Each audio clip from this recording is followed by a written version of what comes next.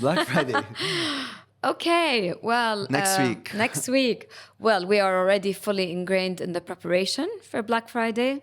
So next week begins the craziness and the mayhem. One late night we couldn't sleep, so we went on a shopping spree.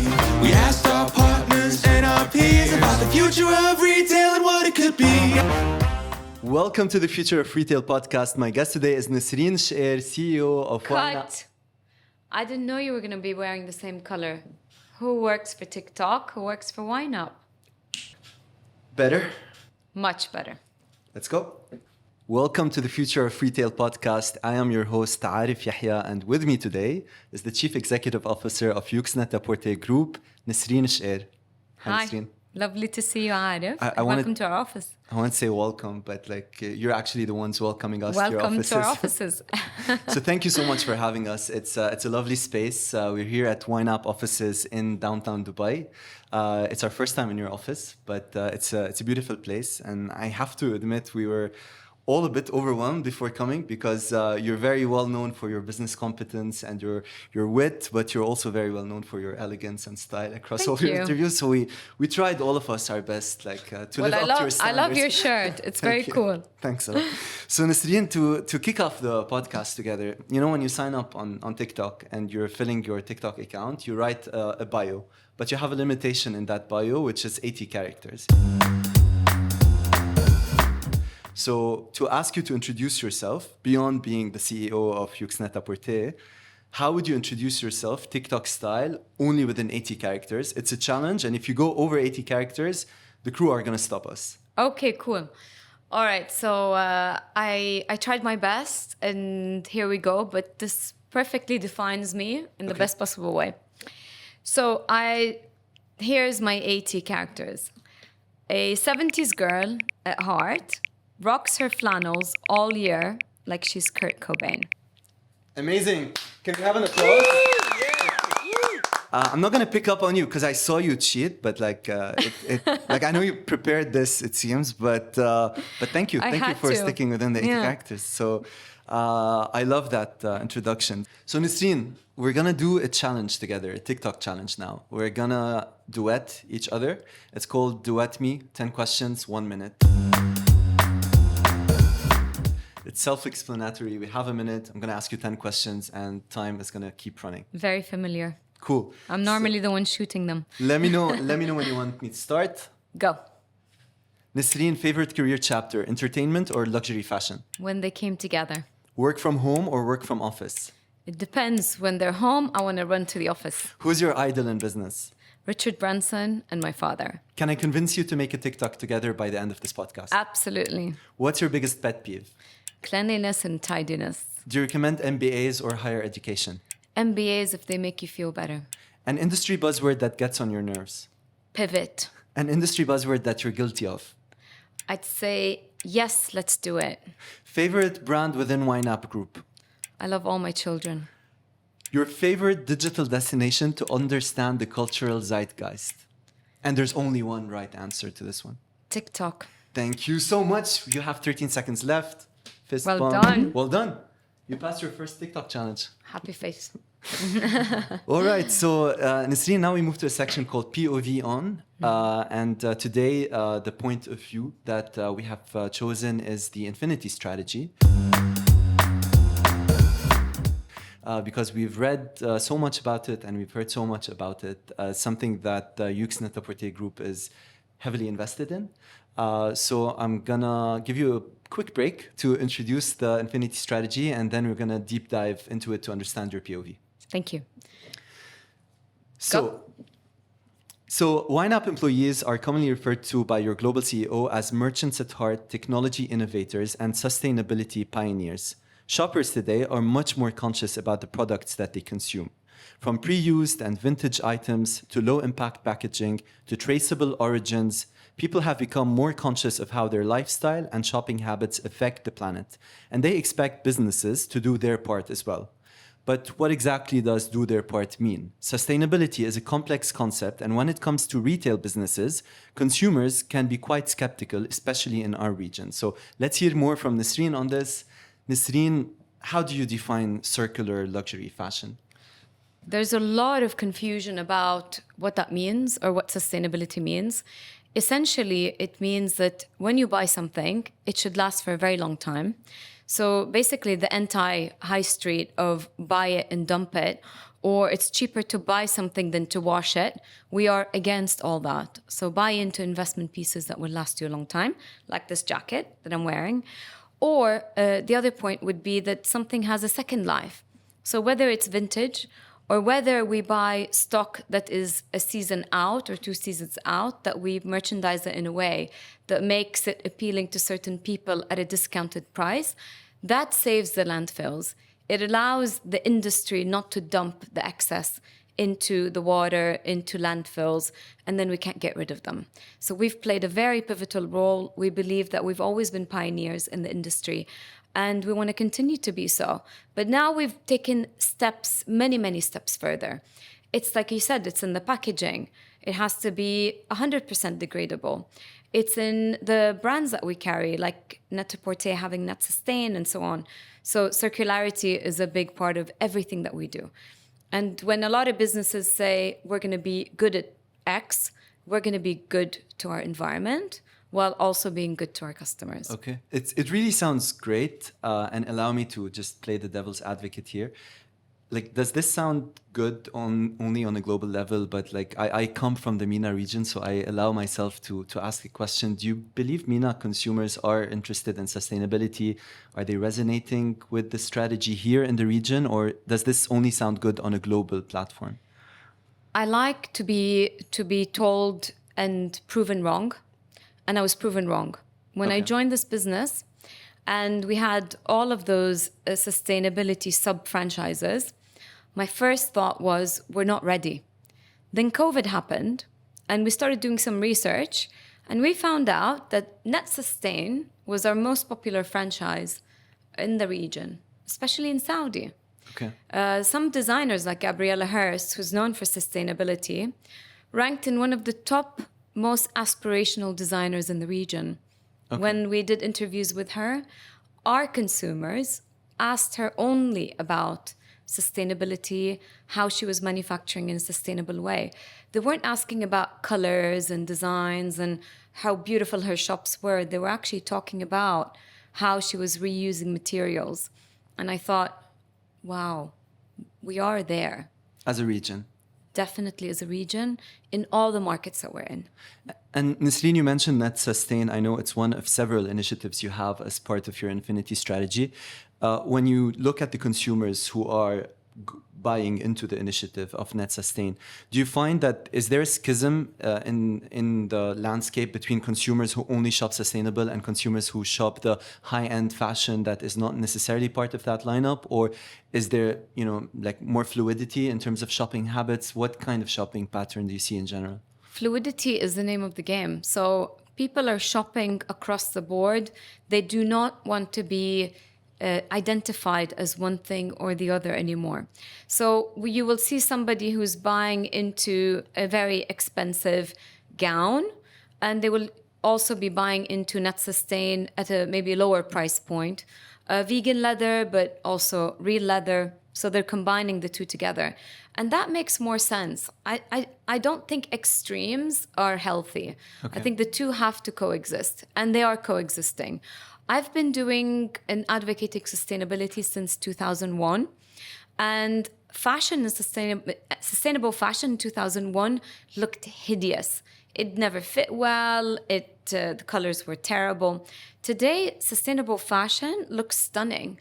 What's really important is that the customer wants to know if something's truly sustainable. What they don't like is a company doing something called greenwashing. So they use it as a PR stunt. The customer is very smart and very aware when a company is doing that.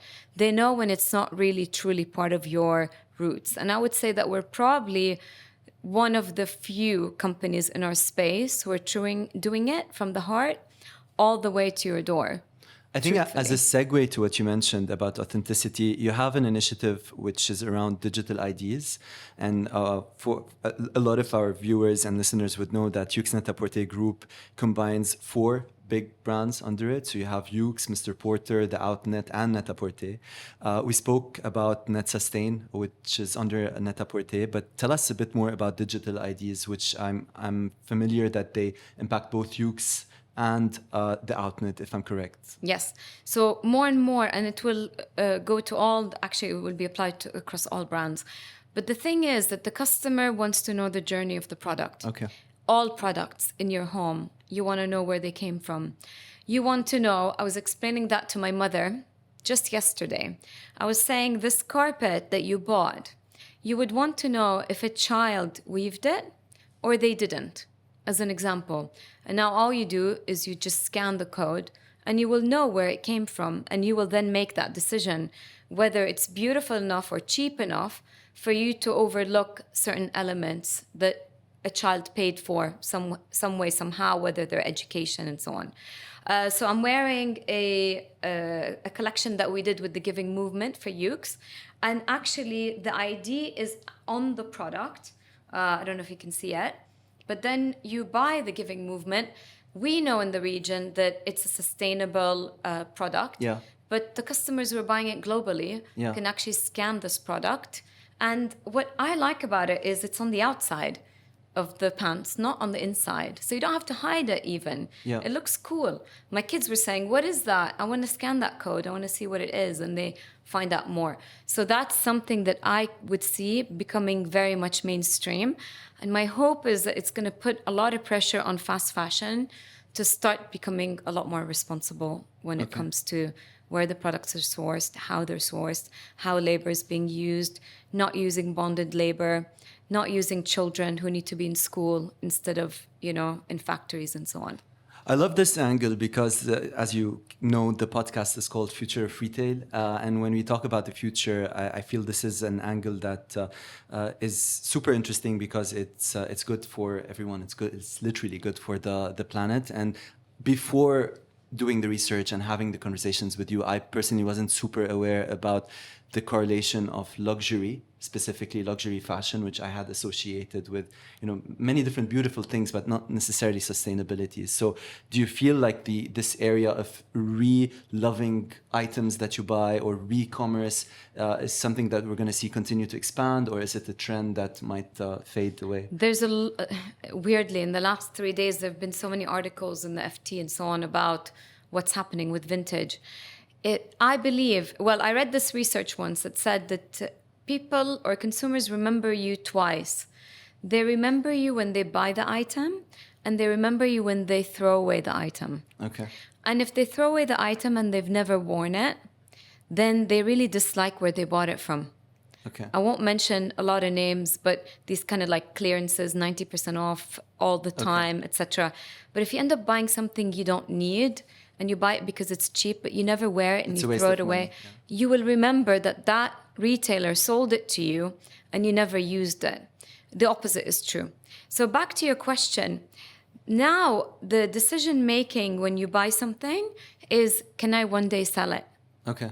Especially, probably much more in jewelry and high-ticket items, but it's become a decision maker. That's why for us, investment pieces have become a big trend because of this kind of second life, third life opportunity.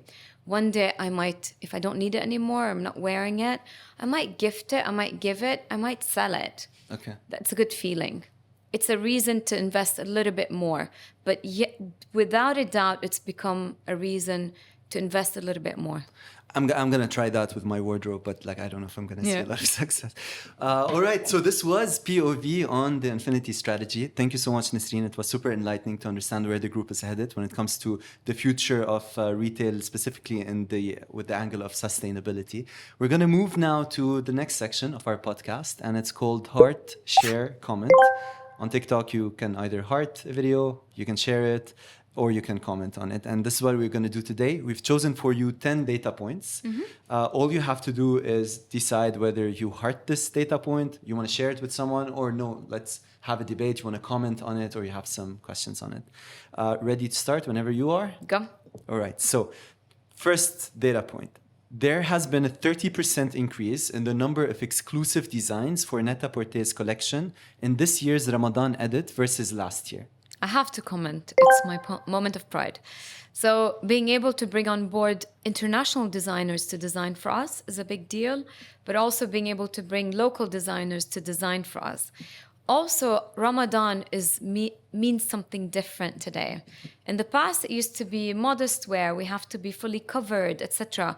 We're beginning to realize that the younger customer, or it's not age even, it's the behavior, they're making modest their own. So we've changed our attitude towards what modest wear means. What I don't like is you market a certain way and then Ramadan comes and you see everybody move toward like abayas, and then they go back to whatever they were doing before. We decided that no, that's not what we're going to do. We're for all seasons. And it's part of sustainability as well. I don't want you to wear it only that once a year. I want you to wear it year round. But being able to have a lot of the biggest international designers design for us, but also the local ones, has been a big success, and it's a big uptake. Okay, thank you, Nisreen, for this comment. We're going to move to the second one. Today at YNAP, women represent 62% of the group's employees and 55% of your senior leadership team, and I see a big heart. Big heart. It's the reason I joined. I love it. 53% of shoppers in the Middle East, North Africa, Turkey region say that keeping up with trends is one of the key shopping triggers that results in them spending more. Heart, because I love that customer. Okay. In the fashion world, inspiring content encouraged 93% of digital platform users to shop. This is much more so in this region. We are very content driven. We don't like big magazines to read. We like images, we like videos, and we like them fast and snappy, which is why TikTok has been doing so well and doing well for us as well as a platform for the industry, because it fits the style of content that our shoppers are looking for at all ages, by the way. Thank you for that comment. So one of the top reasons for shoppers to be open to buying directly from digital platforms is entertainment. And TikTok is twice more likely to be considered entertaining compared to marketplaces. Heart, share, or comment? I have to comment as well, as I'm entertainment and fashion. And more than ever, one without the other does not work. We wholeheartedly agree. 54% of TikTok users read comments before deciding to buy online. I have to share that. With whom? With Inji. With your team. TikTok users are twice more likely versus other platform users to feel excited or euphoric about a purchase. Heart. 76% of social or video platform users in the United Arab Emirates say that TikTok creators lend believability to fashion brands that they are unfamiliar with. Wow, that's such a lovely one. I would say that this I would share, but I would share it with a slew of designers who we work with. Okay. To try TikTok out as a platform. Thank you for sharing that. So luxury represents $5.4 billion in a $64 billion retail market, making the United Arab Emirates one of the highest spending markets in the whole world. Heart, and the reason why I left New York to join the fifth capital of fashion in the world. Okay. 72% of discovery during Black Friday takes place online. I also have to share that, and I have to share that not just with my team. I feel I need to share it with all the teams I've worked with in the past, because for me, Black Friday was always a controversial time of year. Does it cheapen the brand or it doesn't? Today, it's just a way of life. Okay, all right. It's no longer Friday. It's an entire month Absolutely. of sales in the region. Yes, and it's positive and happy, and it's come a long way. All right, thank you, Nisreen. This was Heart, Share, Comment, and you have passed all the tests. Yes. So far. Thank you. So we're going to move to a section that is very dear to my heart. Yes. And I hear that you have a very special relationship with this lady in your household.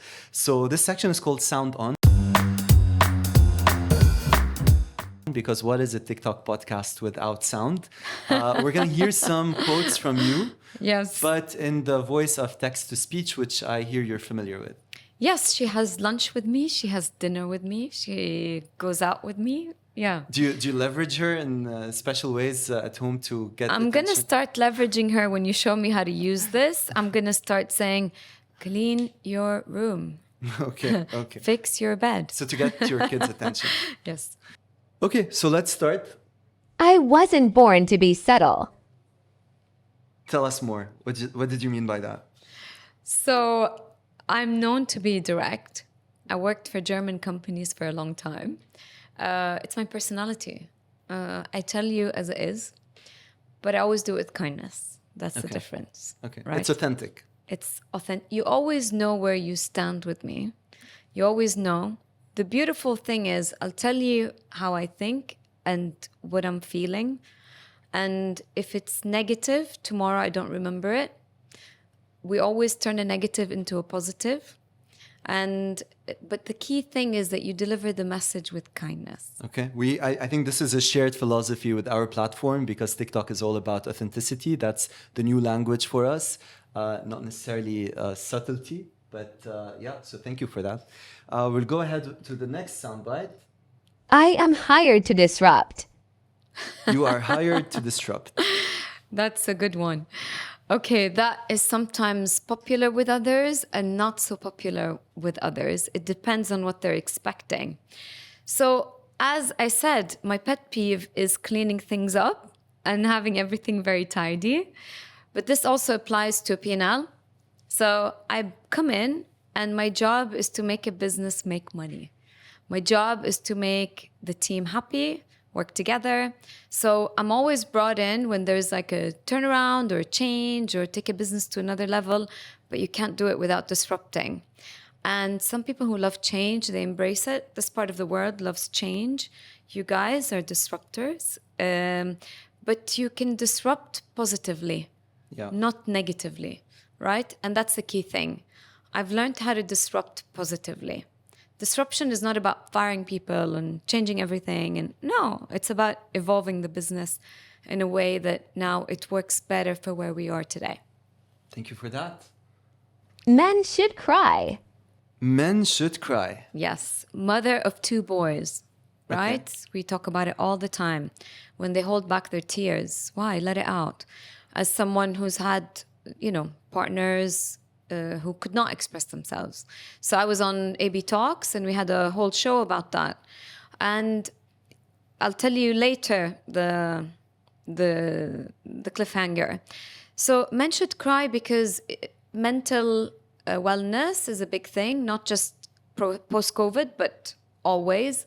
And in this region, we've been told you shouldn't cry, you're the guy, you're the tough guy, you should hold back your tears.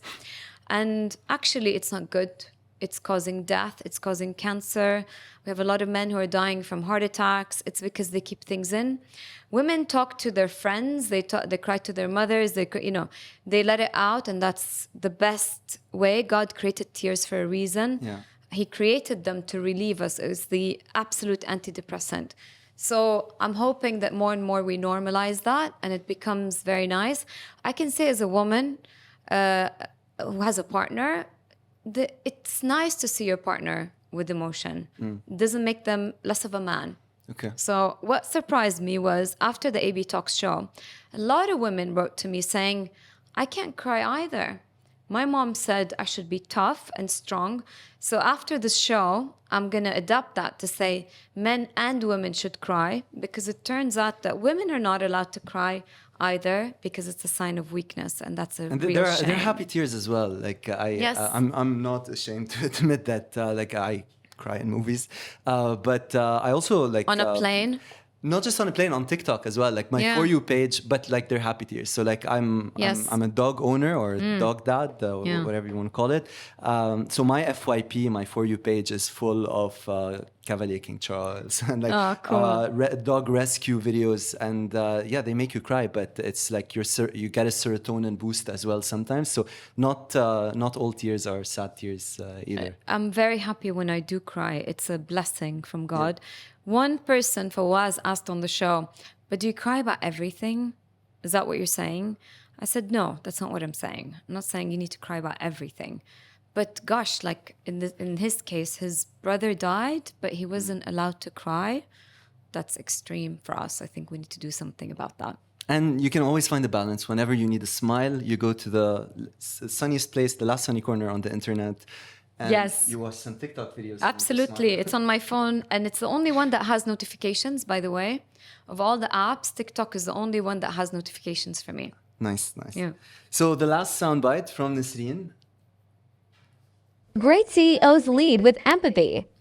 Absolutely. I talked a lot about kindness. Kill it with kindness, manage with kindness. I was taught a long time ago, a very pioneer in the space, Yahoo, had a chief love officer, Chief Love Officer. CLO. Okay. And this lovely man said to me that businesses that manage with love get to keep their people. Richard Branson said the same thing. We're an organization that cares a lot about its people. So empathy, a young niece of mine said, what's the difference between sympathy and empathy? They're the same. I said, they're not the same. Empathy is when you put yourself in the other person's shoes. And to quote my late father, when one day I said something, he said, you never know what they're going through. Yeah. And I never forget that. And I always say, do not comment on what they just did. You never know what they're going through. Or if they're going through something, put yourself in their shoes and say, how would I act if I were them? You'll become a lot less judgmental, a lot closer, and you manage things and situations very differently. People don't stay for salaries, and they don't stay for raises. They stay when they know that they have managers and team members who are loving, empathetic, and so on. I love that you bring that up. We talk a lot in the workplace about also the difference between niceness and kindness. And the example we give is if I'm with my wife in the cinema and we're watching a movie and I see that she's cold, I could say, oh, I'm sorry. And that could be nice. Or I could not say anything because I know that I had asked her to bring a jacket and she didn't, but then I take off the jacket, give it to her. That's not necessarily nice, but that's kind. So people confuse the two together. And as you mentioned, empathy really translates into kindness. And there's different interpretations about how it comes to life in the workplace.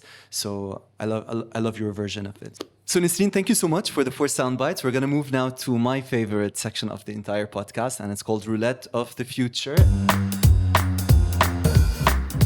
And I'm going to tell you why it's my favorite. So we talked about industry buzzwords earlier, and we talked about pet peeves. My personal pet peeve is the way future of retail is interpreted today and said in our industry, in the region. And this is why we wanted to start this podcast in the first place. Because when you think about the future, most people imagine 2040.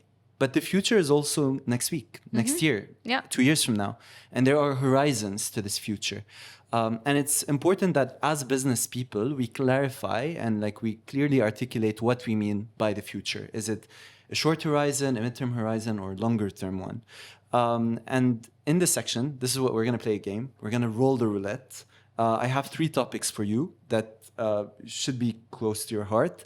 And we're going to roll the roulette. Depending where the roulette lands, I'm going to ask you to imagine what the future is for that specific topic. Okay, sounds very good.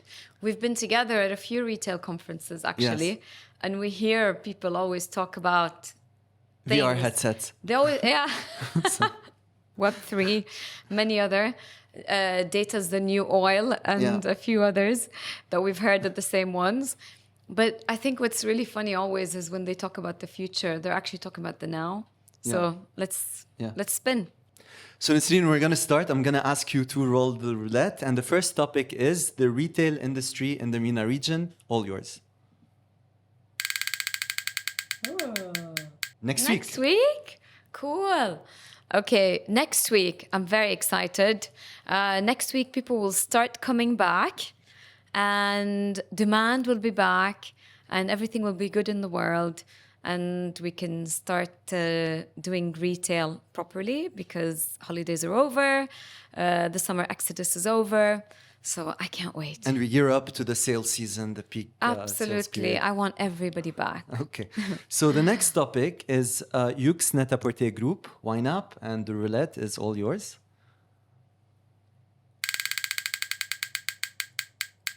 Is that 2030. 2030. Oh, okay. I see us fully sustainable, fully circular. I see us bringing on board ideas in that space that no one's done before. 2030, I see us as a business that does not have capitals like this office or that office, or we really are global in every sense of the word. There was a question about where is the capital, but it was digital. I believe that us as a company, we're going to be a company that lives all over the world, including Africa and faraway places that we were never there before. Okay. And that's even before 2030. I see us moving a lot more into content. Okay. And doing a lot of crazier things in digital content, moving away from black and white, moving away from magazine type content into a lot more creative video content for the next generation. All right. Thank you, Nisreen. We're going to move to the last topic to roll the roulette on, and that's Black Friday.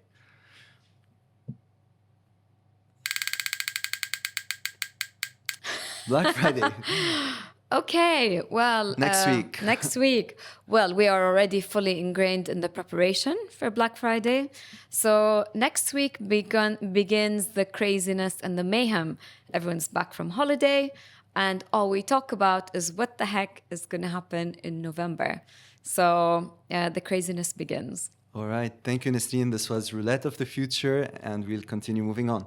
So, Nisreen, we come to the very last section of our podcast. It's called Reply to Comment, which is something that you can do on TikTok. You can reply to a comment with a video, with a TikTok. Okay.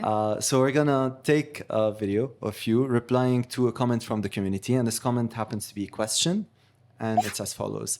What is the failure that you have learned the most from? Whoa, I love that question. I failed multiple times, so that's why I love that question. For me, failure was when I chased money, not a job or a career that I loved. And I will never repeat that mistake again or that decision again.